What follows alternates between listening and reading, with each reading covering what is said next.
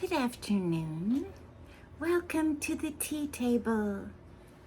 On this cold, foggy December day, I want to welcome you. And please, if you haven't gotten your tea yet, you can pause and then come back, and I'll be waiting for you. We're just entering the glory of the Advent Christmas season, and I finally have a tree up behind me. It's a beginning. I'm running a little late this year. Maybe some of you are also. I had planned to be early, but so many things happened that I feel now I'm perhaps right on time. And in the olden days, you know the tradition, my mother told me that as a child, they would go to bed with a green Christmas tree and wake up to it all decorated on Christmas morning. So everything went to, and in Germany, Weihnachten. Yes, beautiful, it means holy night. And everything quiets down. I know in Scandinavia, everything is quiet, and Christmas Eve is the big holiday to celebrate. They go to church and then open their gifts. And a Norwegian lady told me, my sister and I spent a Christmas Eve in Norway with family once, years ago, and the lady said we love to have everything done and we just sit and look at the snow together as a family.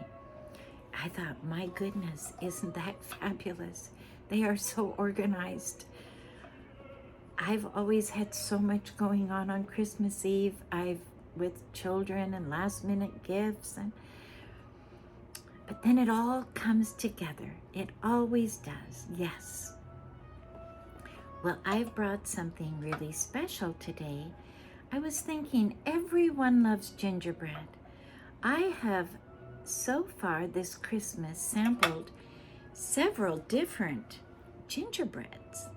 And yesterday I went to a little Christmas party for my Bible study, and some lady, I have to find out who it was, brought the best gingerbread cookies. I wished I would have saved. I took one home. I wish I would have saved it to show you.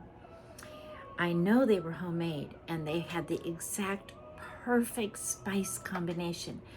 And she had frosted just half of it with the white stiff glaze and had sprinkles that were the most gorgeous little green tiny Christmas trees and gold and silver. I had never ever seen that before. And I want to find out who this lady is and get that recipe. Oh my. Well, I thought I will show you what I've been doing.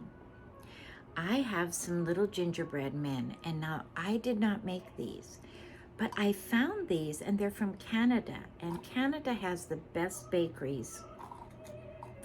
So they're very good, and I have, for little gifts this year, I've already been giving a few friends little white doilies. I had, well, they're hankies from Switzerland. But I thought, what a good way to use this, because when we have doilies, we usually have paper doilies, don't we? But originally they were real, and they would make beautiful hand designed, crocheted white doilies and put them on the silver. So these are the little gingerbread for you. However, I want to show you the hanky because it has red on it. Whoops. And several I sent to a few friends. This is from a little German town. The ones I gave my friends said made in Switzerland, and they had little red poinsettias embroidered. Well, then what you can do is when the cookies are getting ready, often they would cover them like that, and then you can take it around and put it underneath and use it as just part of the beautiful Christmas presentation. And we all know that food presentation is as important as the ingredients. Yes. Now I am going to put this back here. Hopefully it will stand and you can see it. I have moved my little green French writing table to put the tree over here, and I just kind of put it in the middle of the room and it works. Well, I thought I'm going to dress up because we're listening to the Bach Christmas cantata, which is always presented all over Europe. It is probably as famous, if not more famous, to some European communities, even though Handel's Messiah is the #1 here. The Bach Christmas cantata, when I was in Germany, every little village and town, the women and men would come together in the middle of the week and have rehearsal from September through December. And that's why their choirs are so beautiful. Oh my. Well, let me show you what I have for you today here. The tea tray. And it is, let me move this. I decided to take a little classic cup. This is my little classic cup. And you know, it could be French or European. White with gold is always so fine. This has a German symbol in it, and in the bottom it says Bavaria. I have these various, I'm sorry, I always wash my china before I present the tea table. I get it ready just like I would if you were right here with me. So it's got a little drip, but you see it has a symbol in it. And it is, I need to put my glasses on. I'll tell you what it says because they're all different. It says Ansbach. Ansbach. Oh my goodness, I didn't know this was Ansbach. Oh my, I know Ansbach. My husband was stationed in Ansbach, even though we were not married. He was there and I was in America, and then I went to Germany. We only saw each other for a day, and he was leaving and I was coming. But he did take me to the Ansbach military base, which is a very famous military base because it's in the southern part of beautiful Germany, not far from Munich. He took me over to the beautiful city of Rothenburg, which is a Middle Ages beautiful city that still has the walls and all the original houses. Well, I have a mink on today. This is a mink stole. In our world, we don't have very many places to wear them. I thought I will wear them for the tea table with the consideration that we are going to go to hear the Bach Christmas oratorio together in the cathedral. That's where we are today. And it's so wonderful to have the fur out. Fur feels so fabulous. My daughter and son-in-law and their kids have been living in Arizona for 3 or 4 years. And now they moved to Boise, and she's most excited about being able to wear her winter fur coats and all her wonderful winter coats and clothes. 4 seasons are nice. Arizona is beautiful too. We love every place. The tea table embraces life, and we like it all. Well, let's pour out. So this is Ansbach. This is for my husband. I'm going to serve him some special Demitasse coffee in this. It's a little cup, you can see. Things look a little bigger on the tea table, but this is a little cup. And let's put a little splash of milk. Whoops, not too much. This fur wants to fall off of me.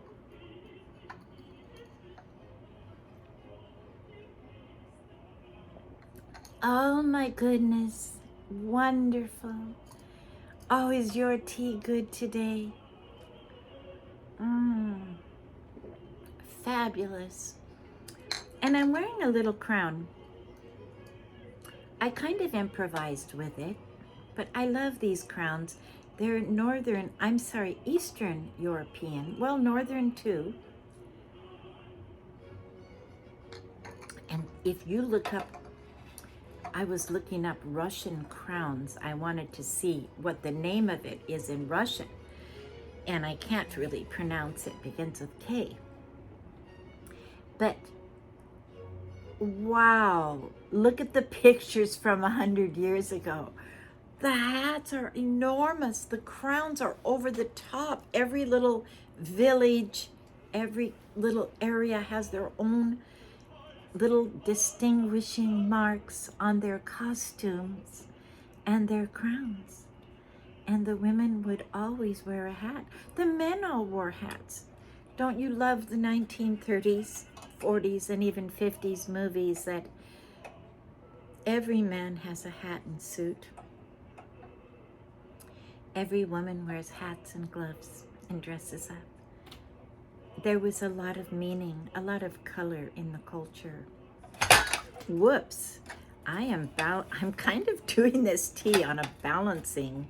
Whoa, I caught that. Let's hold it back up. I have it on a little stool in front of me, and it's all kind of there. Well, that was a good rescue. Well, last time we talked about the Lucia Bride, and we went, and it was beautiful, and the Lucia Bride comes up the aisle with the candles in her hair. And the reason she wears those candles is because her arms are full of gifts for the poor. Saint Lucia, and she was a martyr in the 4th century from Italy. But she is a saint remembered for her kindness and goodness. And she even sold her own dowry and gave all the money to the poor because she felt so sorry for them. There was so much suffering. There had been a plague and people were destitute. So in all of the Northern European countries, she is remembered on December 13th, which is still coming. So we're actually there, I believe, today. Oh my, it's going so fast. But she is a beautiful replica and a beautiful person to know about in history, that giving unselfishly to others is always a wonderful thing to do in whatever capacity you can. Well, then we drove through Seattle and saw all the lights, so beautiful over the bay, and everything was lit up for Christmas, and it gets dark so early that all the lights were beaming, and that was fun. And then I bet some of you are having little Christmas parties and gatherings and planning. And if you don't have a lot on your calendar, invite somebody in and have a little Christmas tea. I'm thinking of doing that next week. I don't know if I'm going to completely pull that off, but I am pondering it because I think it would be fun. Getting everything decorated is such a big job. We all know it. It just takes a lot. And yet, when it's all there in place, it is so worth it, isn't it? Well, I have a special purse. And this purse is a Christmas purse. It's black velvet and gold and red, and that's a Christmas tree that is designed.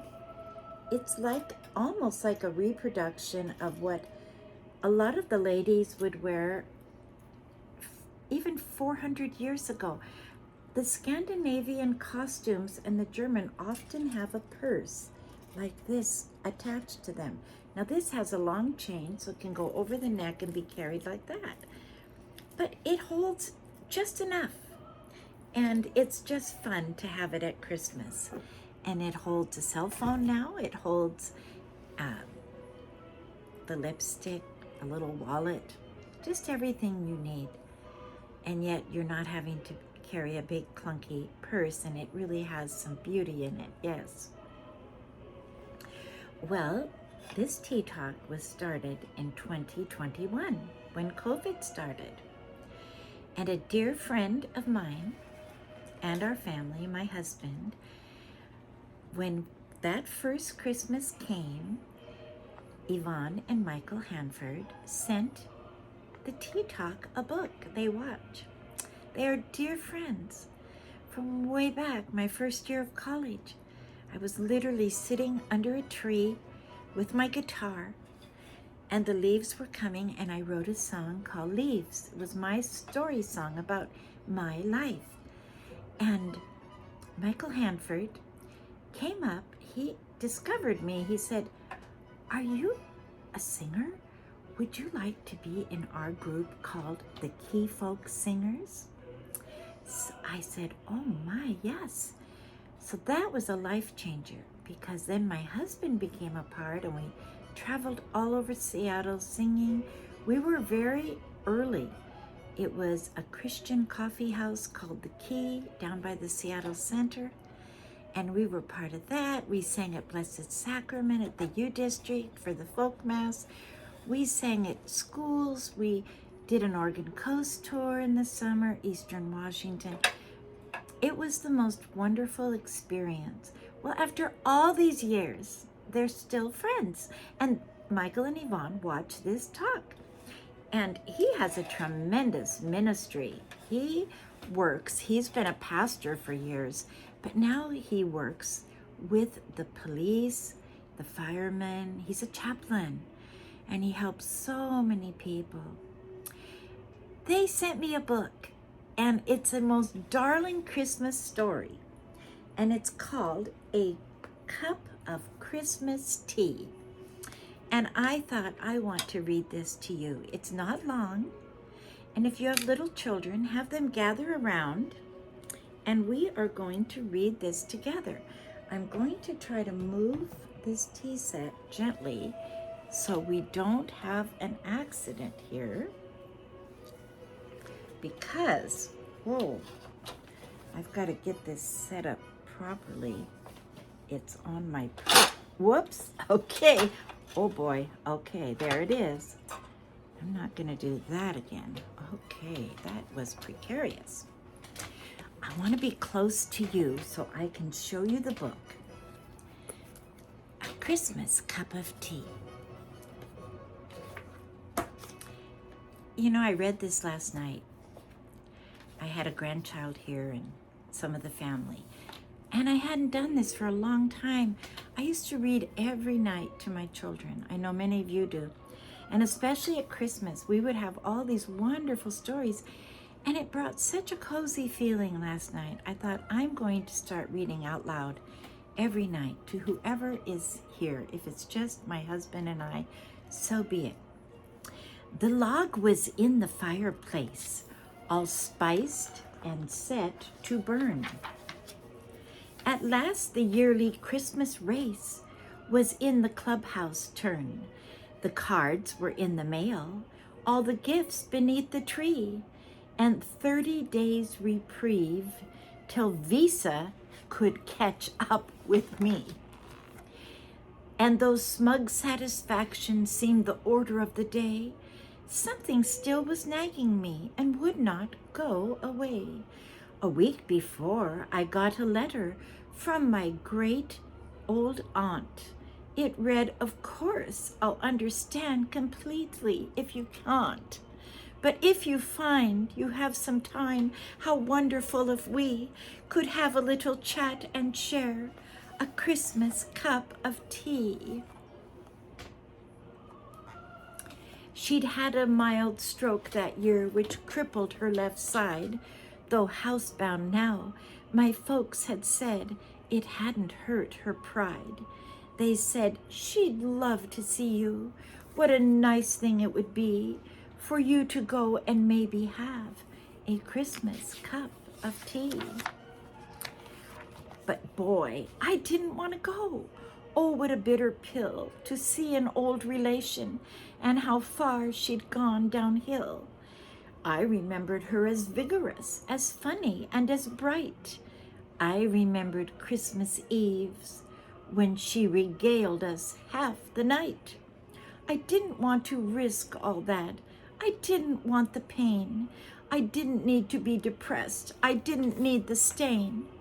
And what about my brother? Why not him? She's his aunt too. I thought I had it justified. But then, before I knew the reasons not to go, I so painstakingly had built, were cracking wide and crumbling in an acid rain of guilt. I put on boots and gloves and cap, shame stinging every pore, and armed with squeegee, sand, and map, I went out my front door. I drove in from the suburbs to the older part of town. The pastels of the newer homes gave way to gray and brown. I watched my hand rise up and press the button of the bell. I waited, aided by my nervous rocking to and fro, and just as I was thinking I should turn around and go, I heard the rattle of the china in the hutch against the wall, the triple beat of 2 feet, and a crutch came down the hall. And clicking of the door latch, and the sliding of the bolt, and a little swollen struggle, popped it open with a jolt.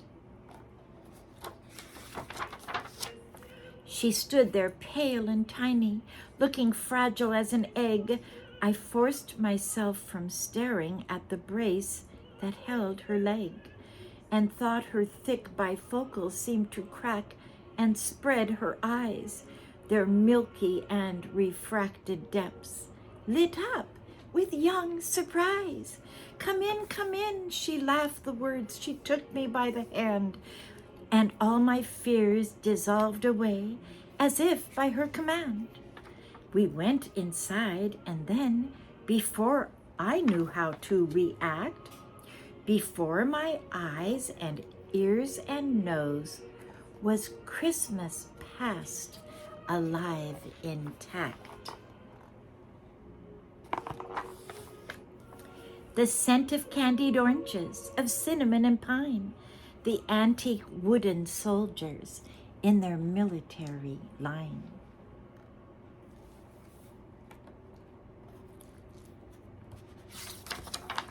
The porcelain nativity I'd always loved so much, the Dresden and the crystal I'd been told I mustn't touch.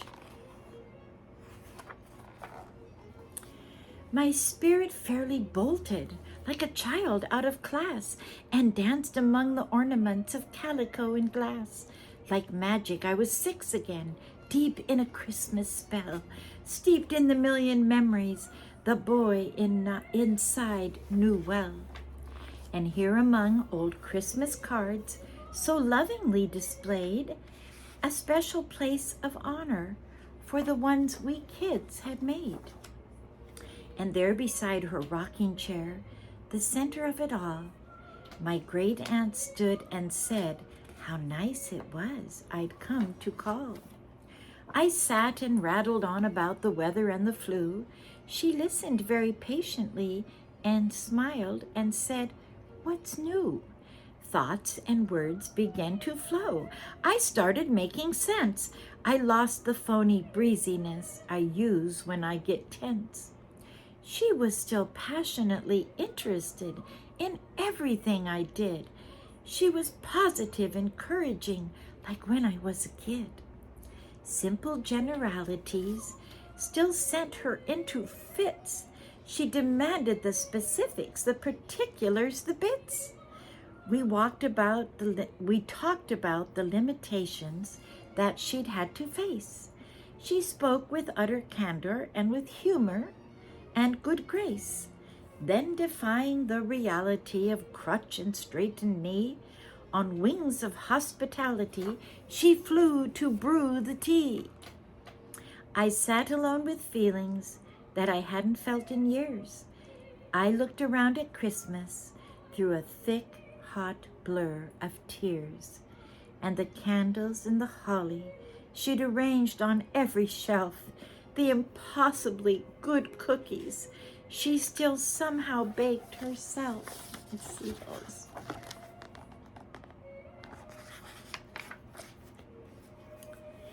But these rich, tactile moments became quite pale and thin when measured by the Christmas my great aunt kept deep within. Her body halved and nearly spent, but my great aunt was whole. I saw a Christmas miracle, the triumph of a soul.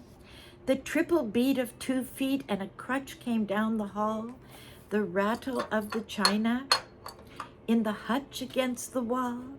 She poured 2 cups, she smiled, and then she handed one to me. And then we settled back and had a Christmas cup of tea. Yes.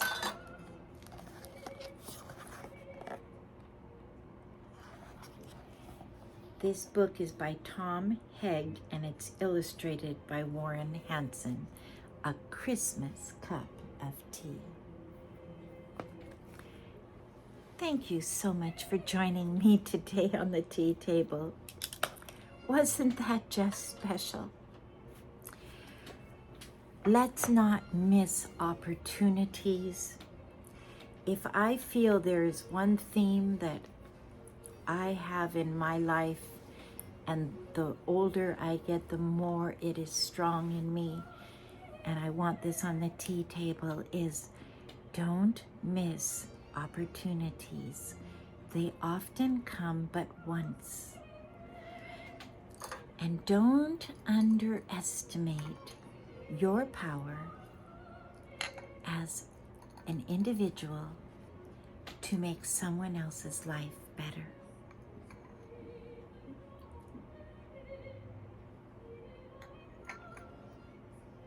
A cup of tea is the best way to share a little bit of time with someone else.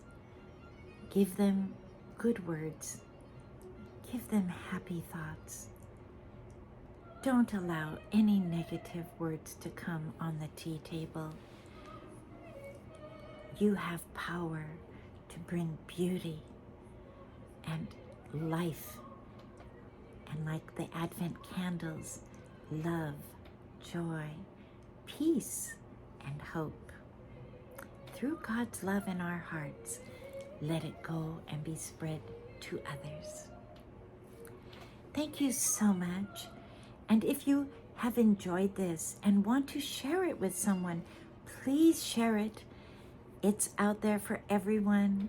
And please subscribe to my channel so you will know when it is ready and coming, and you will be notified. And if you like it, I appreciate that. And I love your comments. Please don't be afraid to comment. It really makes my day. Thank you so much. Try to go to a good concert this weekend. This is the weekend to go. They're all over, many, many concerts. And God bless you. And I will look forward to seeing you with your teacup next time.